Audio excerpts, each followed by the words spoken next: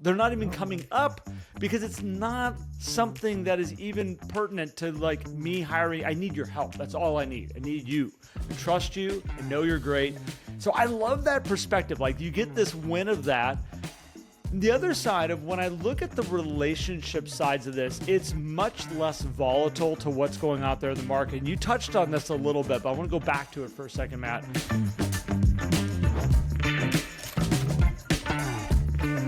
Welcome back, everybody, to Life at 10 Tenths, where we inspire you to live at the pinnacle of your ability and purpose.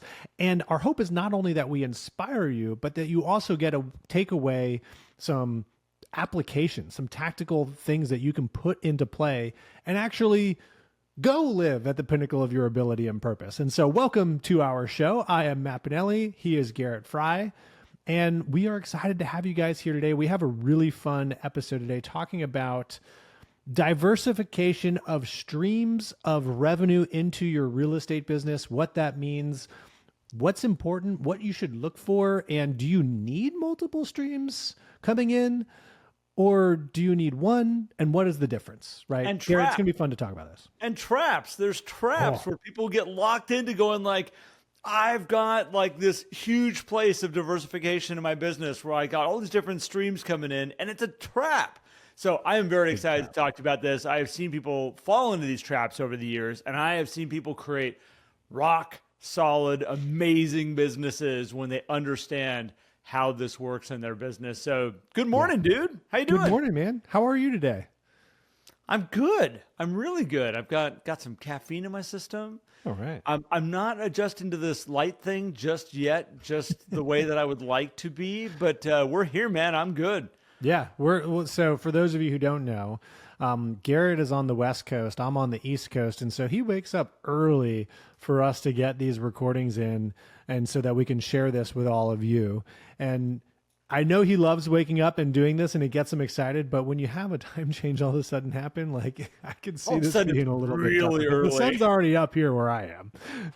We're rocking and rolling. It's very dark here. At least we're heading into summer so that like the days are going to get longer. At least the days of sunlight are going to get longer. So it's going to be great. So, well, let's dive into this, man. Why do you think we refer to it as the sun is up here? What do you mean? Oh, well, technically the earth is turned. The sun did not come up. Oh, that's true. That's sorry. a good point. I don't want to derail this right now. Let's keep going. That is a good point. It's like we just turned to face the sun. The sun doesn't necessarily We're not rise, facing the sun yet. That's what we should say. Because it visually looks like it's rising from our perspective of like it goes up. Yeah, we should be honest with ourselves though. What's really happening? Okay. This sounds like it could evolve into a flat earther debate. I don't know. No, it won't. It won't.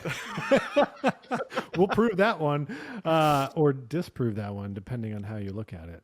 Anyway, diversification. So Garrett, a big trap that realtors will get into, and this is kind of just when they're looking to grow their business, right? And so this is really for people who are like, hey, I want more business to come my way.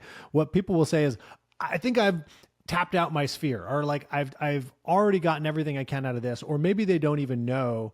And they're like, I need to have other things. Can I add FSBOs, expireds? Maybe I need to add builder accounts. Maybe I need to add open houses. And the reason why I'm lumping all this stuff together is because some of these things are strategies and activities, and some of these things are streams of potential revenue. But can we actually do all of those things effectively? And what does that mean for the revenue coming to our business versus just focusing on, quote, one thing, right? Well, so it's interesting. So the more I started to think about this as we were getting ready for it, Matt, I like how you're looking at like these are streams is what they are. Because I've always looked at it as if I take one out, how much does it affect my business? Like if one of them goes away, how much does it affect it? So like builder accounts are a really powerful place to look at this because you get one builder account and I'm going to just say, for instance, you might get, I don't know, the potential of 100 sides over a 12-month time period. I'm going big, but that very easily, that's a realistic number I've seen. You know, their goal is to sell 100 homes this year. Awesome. We look at that and say, I've got 100 potential pieces of business sitting in front of me here right now. But what you really have is one point of diversification in your business around this. You have the stream of builder income and builder opportunity and builder business, which I like the way you said that. I like the way you kind of acknowledge that, because you can have 2, 3, 4, 5, 6, 10 builders you're working with, each one of them. And you'll know that it's an individual point when it can be taken away. You deciding to work with builders, that can't be taken away. Right. But one of them can, and one of them going away can, potentially take away. We'll go back to our number of 100. That'll change your year. Well, and what would you rather have? One builder who's providing 100 sides, or 50 builders, 50 custom home builders who are providing 2 a year, right? And because one goes away, we still have 98 other potential sides here when one builder goes away, versus that one builder who's providing this massive community and he goes under, and like, whoop, that's all gone. Or he just decides, hey, great, this was a great year, I'm done. My friend Dave Evans, who has no idea that I'm calling him out right now. So if anybody wants to look up Dave Evans, he's going to be like, who said what? It's been a long time since I've talked to this gentleman. He's an amazing dude. He's in Fayetteville, North Carolina. And he focused for years on this idea of, I work with builders. And he put his reports together. He had, absorption rates, inventory breakdowns, what price points were selling, which ones weren't. And those builders, he would sit down and they would all come to him every single month. And they would have a monthly, I think it was monthly or quarterly, sit down meeting where they would go through all of this. His stream of business, for the most part, what made his year and his business and life work was working with builders with lots of point of diversification. Because if one of those guys, as you said, if one of them went away, and these were big builders, they weren't doing 2 homes here, 2 homes there.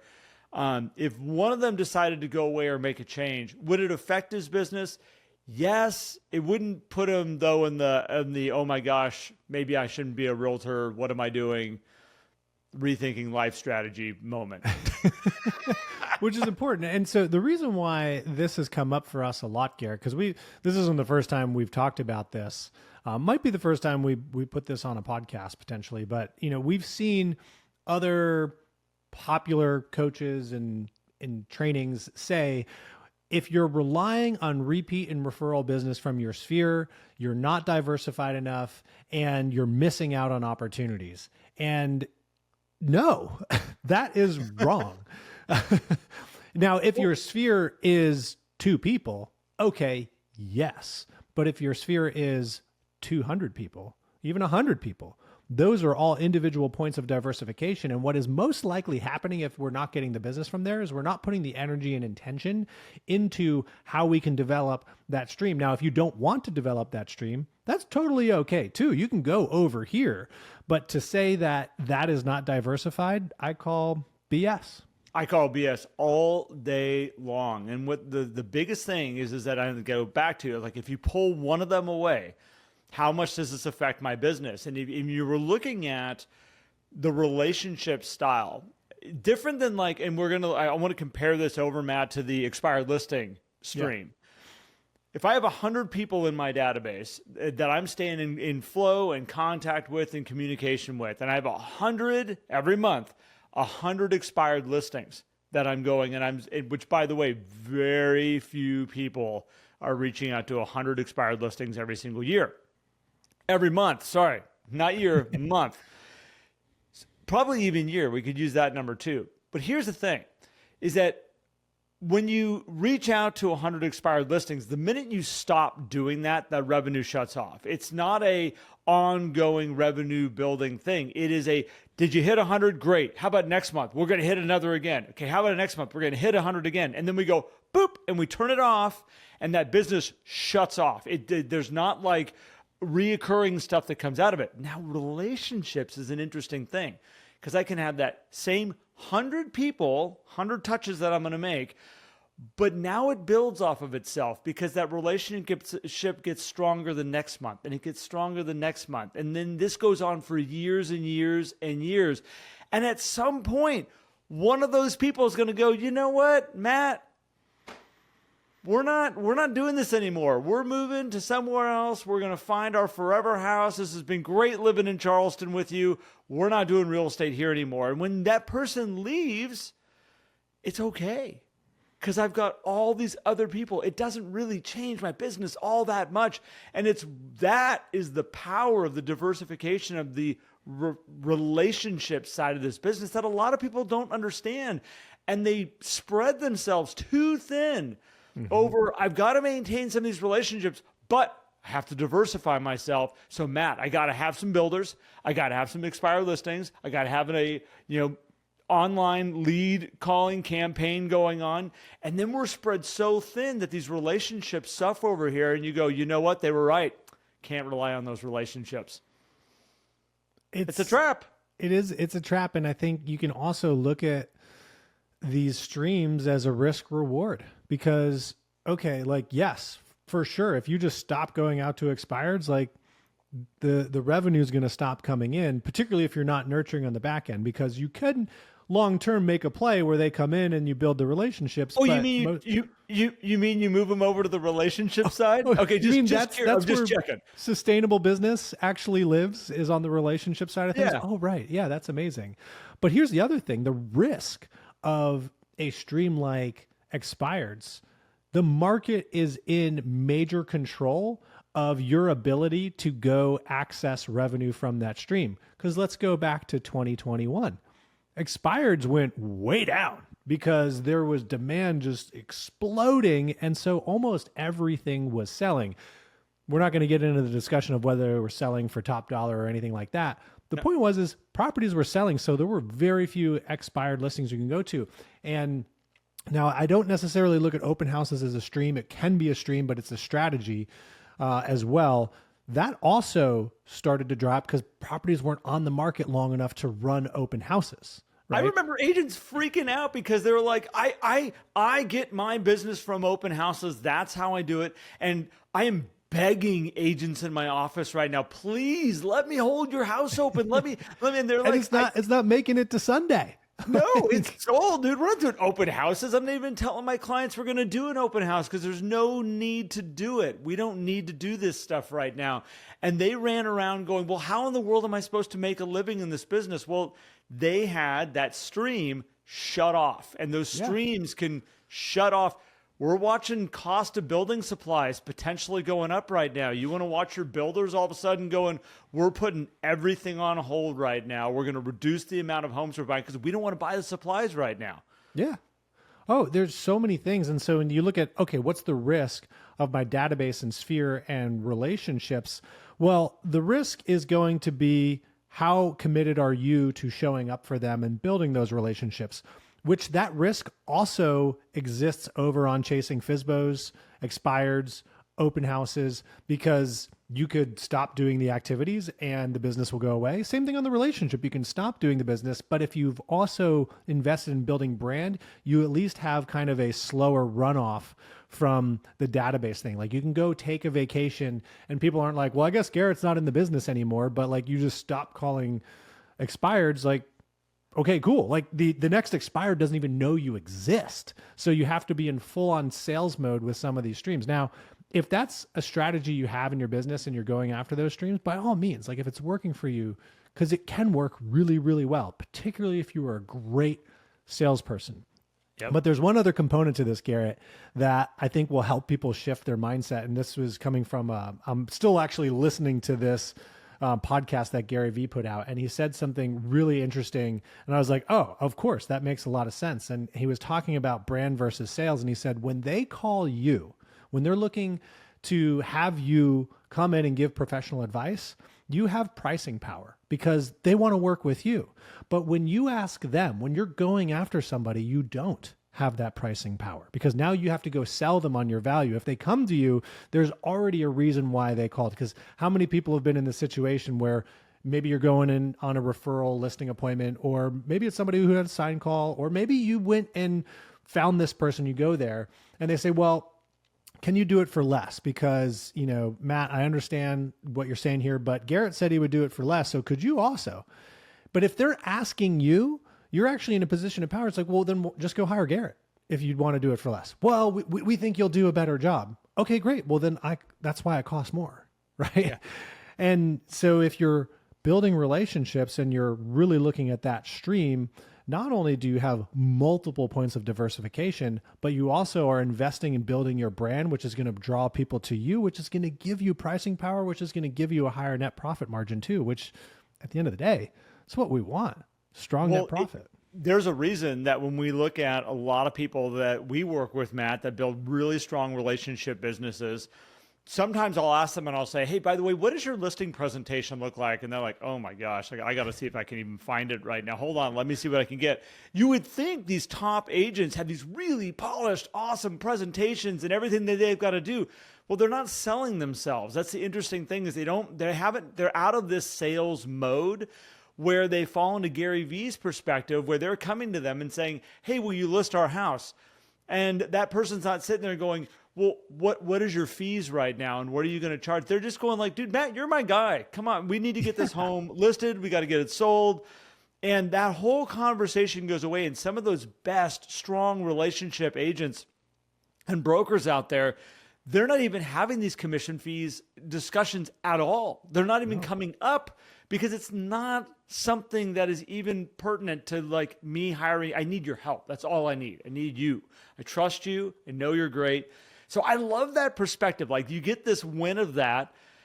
The other side of when I look at the relationship sides of this, it's much less volatile to what's going out there in the market. And you touched on this a little bit, but I want to go back to it for a second, Matt, which is when you look at, yes, all of a sudden days on market shortens up, open houses go away. You look at the craziness of the market where things are selling, expired listings go away.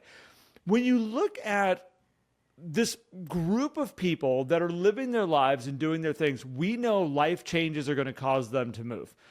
The only thing I've ever watched is basically unrest. When there's unrest politically, when there's unrest financial stuff going on, you will watch everybody go, oh, hold on, wait a second. Wait, we're not going to move right now. We want to make sure we're safe. We want to make sure this environment's safe. And we're going to put our heads in the sand for a second and go, okay, hopefully it's going to pass. Hopefully everything's going to be okay. And then what happens is a little bit of time passes. It's not very long at all. A little bit of time will pass and everybody kind of pops up and goes, is it safe? Is it safe to move around now? Are we good? And they'll reach out to their real estate agent and be like, hey, we're thinking about maybe doing something, thinking about potentially, but we just want to make sure we're safe right now. We're watching this right now. We just watched it all happen. Going into the elections, everybody put their heads in the sand and went, oh, like what's going to happen? What's going to take place? And the markets shut off. Everybody who was having their best years they've ever had all walked around going, it just turned into a ghost town. Like everybody just went away. And then sure enough, as soon as we got past that hurdle, we got past that threshold, all of a sudden the phone started ringing. People started coming back out. Life changes is what causes that real estate to happen. And the beautiful side of it when you build your business around that is that they don't go away. They don't stop. It's not a time or a season that all of a sudden people are having life changes or they're not. This thing continues to roll. And what you just need to do is build up enough people in that area, be in contact with enough people that it's really hard because every one of them's on their own cycle. Yeah. It's not like the entire group here is all of a sudden having babies. And then like we get this wave of business. And it's like, oh, like, okay, well that cycle's over. Or we got to wait around now till they all go off to college. Then we'll have sales again, Matt. We'll just wait around and wait for that market to come back. No. You got 100 people here. Some of them are having babies. Some are losing jobs. Some are getting new jobs. Some are got family members that are passing away. All these things contribute. When you got enough people, it's really hard not to be successful when your business is spread out that way. It's the reason when I hear people say you can't build just a referral relationship style business, I want to scream from the rooftops, you are absolutely wrong. And not only are they absolutely wrong, they're so wrong to the point where if you're not focused on building a business that can thrive on repeat and referral business, you're going to build a business that's going to burn you out. And then there's also no opportunity for you to scale it, to sell it in this game, right? Maybe there's other businesses that you can do that with, but with real estate, absolutely not, because you're always feeding the top of funnel every single time. Now, if you are thinking long-term and you're using some of these other streams to feed top of funnel and collect people and build relationships, cool, great, awesome. At the same time, I would ask you to audit your time and understand, like, if you want to go chase multiple streams, like, have you really perfected this one over here? Have you really gone after your sphere? And when I say that, like, I mean, like, do you have the best marketing going out to them at the best frequency that you could possibly do? Are you bringing value? Are you talking to them? Are you engaging with them? Or do you just have them in a database and you're like, I've got everything that I can get out of it? It's like, well, what are you doing to act on that? Now you're going to go spend time over here cold calling, and that's going to take time away from here, because in this business, you're the business. So unless you're building a brokerage, which is a whole different strategy, you're just going to take time away from building a stream that's going to be really, really robust. And you're just always feeding the top of funnel, which, don't you want like a fat funnel in the middle where, okay, yeah, you have your core. We've talked about Dunbar's number. And you want your core people, but then you can just keep on adding people in to your automatic marketing. Like all of a sudden you go from 100 people to 200 people. You meet somebody, great. Now they're on my email list. Now they're getting my postcards. And all of a sudden you're looking at, like, I have 1,000 people. Like, if you had 1,000 people in your database, right, that were on some type of low cost marketing program, and you're focused on paying attention to your Dunbar, your top 100, your top 200, those other 800 people are still getting brand from you. So you don't have, now the amount of referrals and stuff coming out of that group will be less than your VIP, but that's automatic now. You don't have to put the sales effort into going. Now your listing pitches and things like that might be a little different, but you don't have to go cold call somebody because these people know you exist. FSBOs, expireds, they don't know you. And so you're in all on sales mode all the time. That takes a lot of time and effort to work that system. Well, and you brought up this, like, when you're building this out, when you're deciding maybe I should add in these other things, and asking yourself, have I really perfected this place right here? I had this vision of fishing. And if anybody's been out in the ocean on a fishing boat, one, I highly recommend you go do it. It's a great day. Definitely. If you get seasick though, that could change your entire love Vitamin D, smell of salt water. Well, I guess if you're where I am, kelp. We get okay. Well, but there's all these different types of fish you can fish for. And I think when you go out in the ocean, if you're thinking of it this way, it's like, hey, what are we going to go fish for right now? And you go with somebody who is a professional at handling that type of fish. So we go out in the Pacific Ocean for rockfish and cod. And so you go out there to that part, you're in very rocky bottom. You have to fish in a very specific way because you're fishing for bottom fish. Very different than if you want to go out and catch salmon and you want to catch steelhead. But if you're a fisherman, if you're the guide, and you're trying to do all of this at the same time. I've got people on my boat, they want to fish for salmon. I got people down here that they want to fish for cod. By the way, I have people that want to crab also, so we got to make sure we got crab pots going out over here. And everybody's having a crappy experience. Nobody's happy. These guys over here are going, when are we going to be able to do this type of fishing so we can get the salmon and the steelhead? Or no steelhead, just salmon, steelhead in the river. There's these people over here going, when are we going to be able to fish for cod? Because the rocky bottom with all the crazy coral and all that stuff, that's over there. We got to go over there for that. And you got this group over here going like, hey, we actually got some crabs. Because that works right here, right now. But an hour later, when you're over on the other side, they're going, wait, this doesn't work. When you spread yourself out this thin, as a fishing guide, you can say, oh, I have a crab boat you can go on with all the guys that are going crabbing, because we've perfected that. We know where the crab are. We know exactly how to do it. We got all the pots. We got the right boats. We got all the right gear. You're heading that way with that crew. I would never put you on the boat with the cod fishermen. I have that boat also. I've built that up over 10 years, and I have all these different boats in this fleet that go out. But you know what? I started with cod. Cod was the one that I perfected, and I got it going strong, and we built this up. And then once I had that figured out, I had repeat people coming back and using me again. Then I was like, you know what? There's crab out there too. We should bring a new little division in and start to master that. I think you can look at it that way with your business. And I think going back to you, Matt, is that, have you perfected this area before you're starting to add in all these other things? I think is a really great question to ask. And I will argue from a strategy perspective, if you want to go after these sales streams where it's like, yeah, but I can get more right now leads over here. Let me ask you a question. How do you take care of your current people right now? Do you have automated marketing that's high value going to people? And it doesn't have to be fully automated. Do you have good post-closing processes, right? Do you have a great transaction, contract to close process? Do you have a great nurturing process to just keep people who are the hand raisers informed of what's going on so you don't lose sight of them? And if the answer is no to any of those things, it doesn't matter how many leads you have come in, because there's going to be so many. It's like going fishing with a net with holes in it. They're just going to swim right through. And so you need to build a strong net. You mean we don't even have hooks on the end of this line? I mean, what is going on? They're just going to be like, sweet, thanks for the bait. This is awesome. My belly's full. I'll come back tomorrow to grab some more. Like, that's exactly what's going to happen.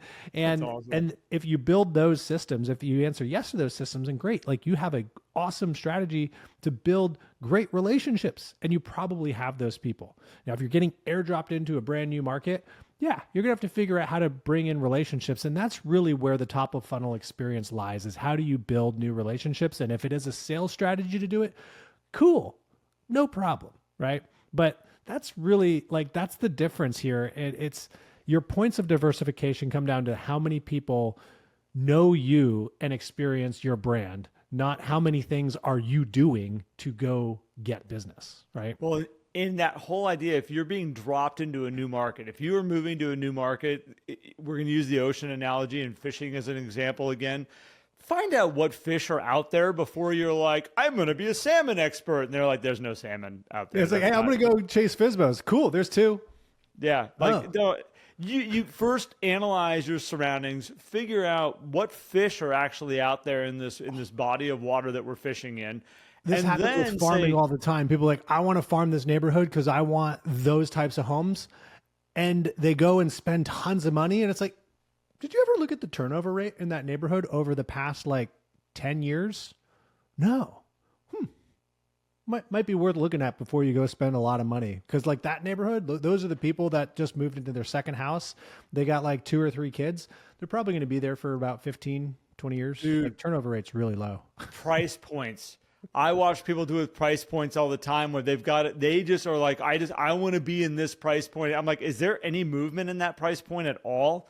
Well, no, all the movement happens between, 3 to 500,000. And it's like, okay, so you have to sell 2 of those to get to this price point that you want one of, but there's no movement up here and there's a ton of movement down here. Understand your market, understand where you're putting your time, understand where you're throwing, the lines out and you're fishing.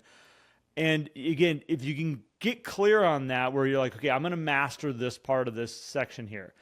Relationships, Matt, we have come back to over and over and over again. It is one of the areas that I find when people lean into it and they master it and they build strong connections with people, it's this crazy run of business that you can build into yourself very, very, very, it can happen fairly quickly and it's very sustainable long-term.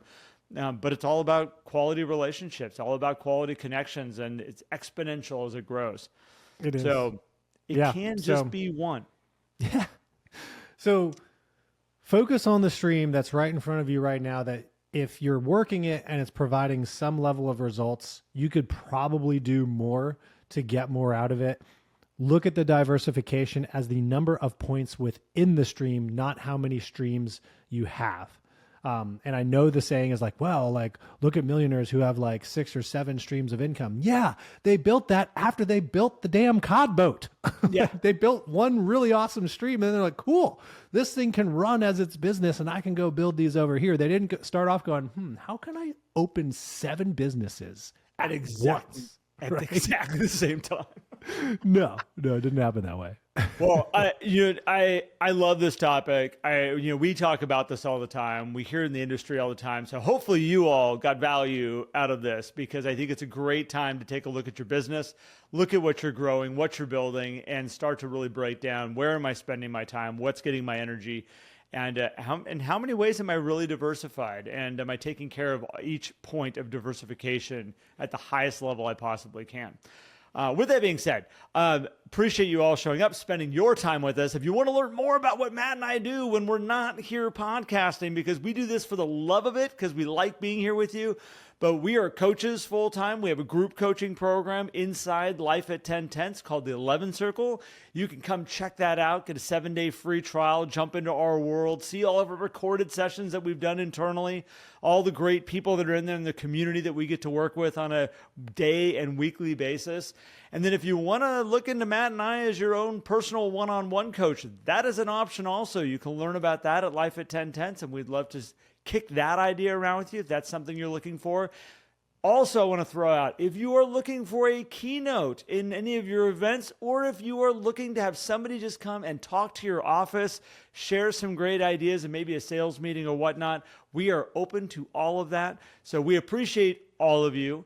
And we will be back with more episodes and more stuff because we have an exciting list, man. We have a good list. We got on a roll here a little while back and we started throwing down topics, and they're not just like, oh yeah, we could talk about that. Like, we had to kind of argue a little bit over what topic was going to be the topic for today. Yeah. And we have a couple I'm really excited about. So yeah, this is going to be great, man. It really is. Well, thanks guys so much for tuning in. We'll catch you on the next one. Thanks, everybody.